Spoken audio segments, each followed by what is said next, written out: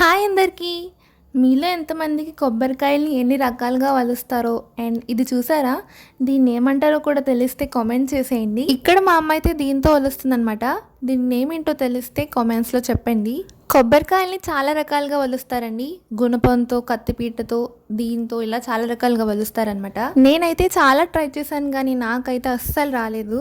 మా అమ్మ అయితే చాలా ఈజీగా చేసినట్టు వలిచేస్తుంది. ఇంత బాగా వలవడం నీకు ఎలా వచ్చమ్మా అంటే మా అమ్మ ఇచ్చిన ఆన్సర్, పుట్టుకతోనే ఎవరికి ఏమీ రావు, నేర్చుకోవడమే అని చెప్పింది.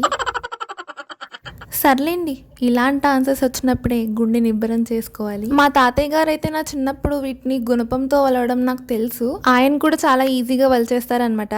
నేనైతే ట్రై చేశాను కానీ వలవడం, దాంతో వలుచున్నప్పుడు అది చేతి మీద ఎక్కడ పడిపోతుందని నాకు చాలా భయం.